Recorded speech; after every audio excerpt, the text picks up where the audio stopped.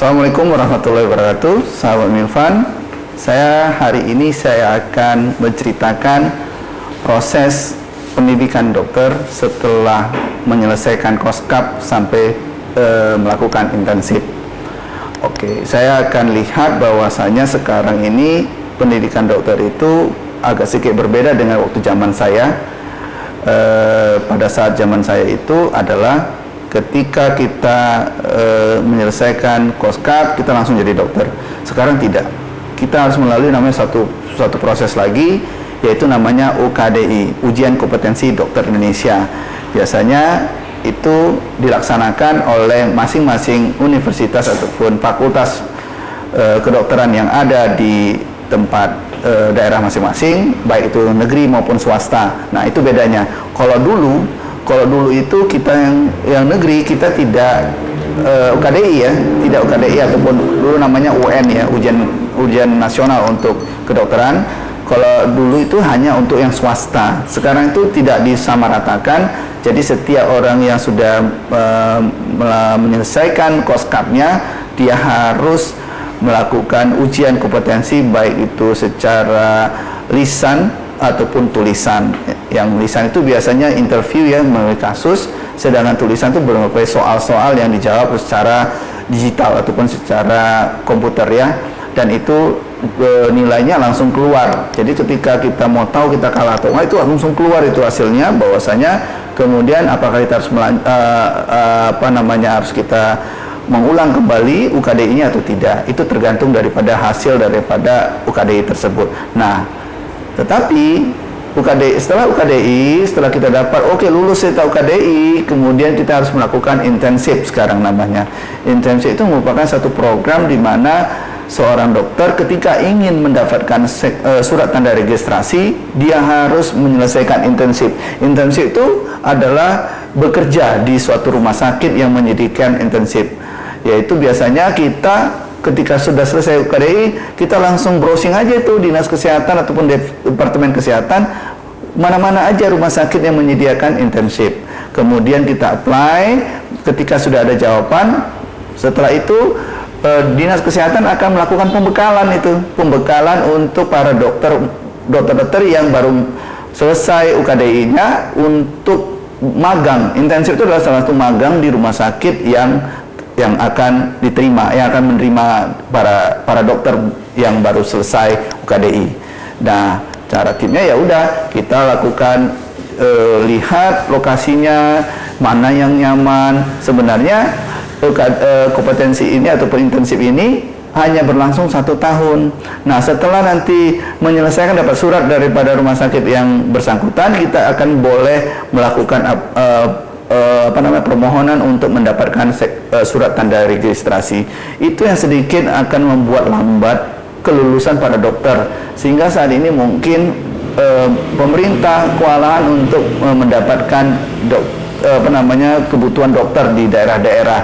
Tetapi memang saya sih menyarankan untuk pemerintah untuk segera gerak cepat supaya jangan sampai terjadi kekosongan di daerah-daerah. Apakah itu berbentuk PTT kembali ataukah bagaimana? Karena memang semakin lama banyak orang akan berpikir untuk lebih baik saya bekerja secara swasta.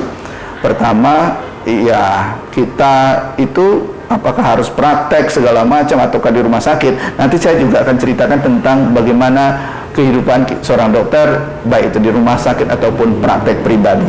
Jadi memang saya sih menyarankan kepada siapapun menteri kesehatannya, siapapun presidennya, untuk mencegah kekurangan daripada dokter-dokter di daerah. Salah satunya adalah membuat program untuk para dokter, apakah itu buat sementara sehingga terpenuhi, mau baik itu dokter spesialis maupun dokter umum.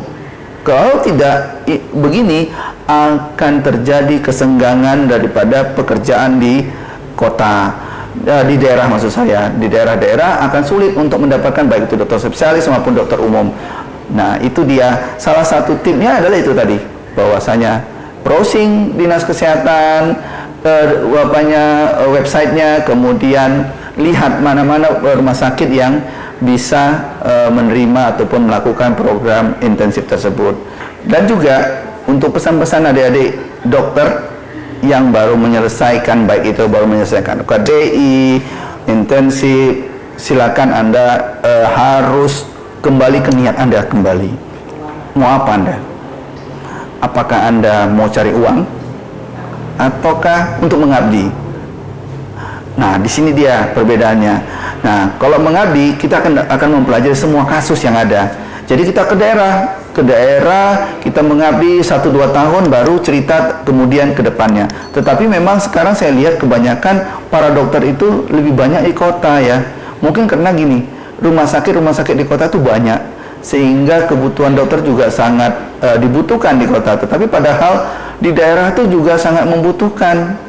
Bisa saja itu sangat berguna bagi kita dokter-dokter muda ya. Jangan berpikir oh aku cari materi aja deh dulu, salah. Jadi kasus itu sebenarnya lebih banyak di daerah ya. Daerah itu kita ya cakupan dokter umum yang saya bilang ya, cakupan dokter umum itu paling banyak di daerah.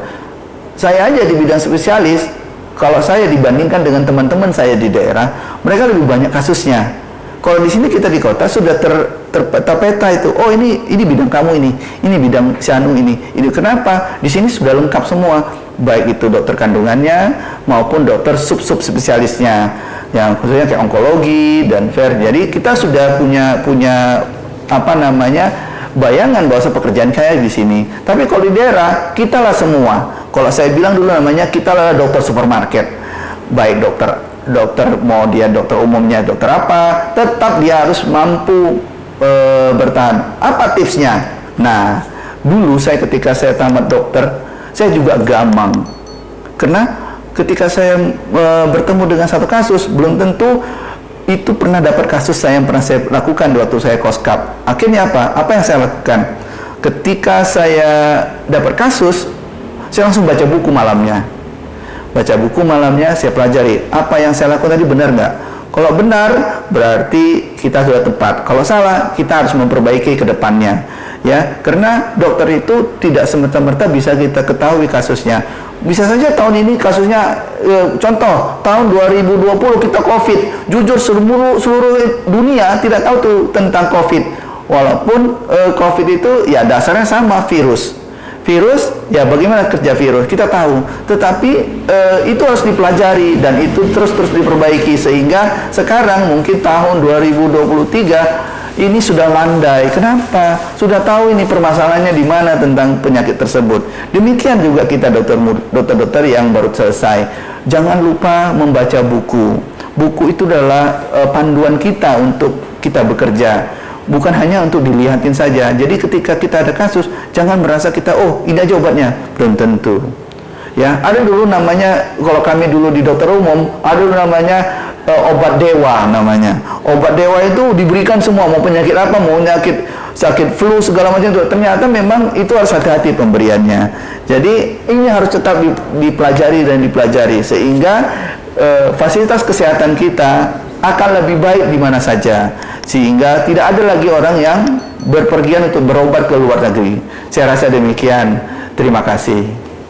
Sahabat Milpan, pada part berikutnya saya akan menceritakan tentang pengalaman saya dalam mengikuti proses penerimaan program pendidikan dokter spesialis. Jadi tetap di cerita Dr. Milvan. Terima kasih.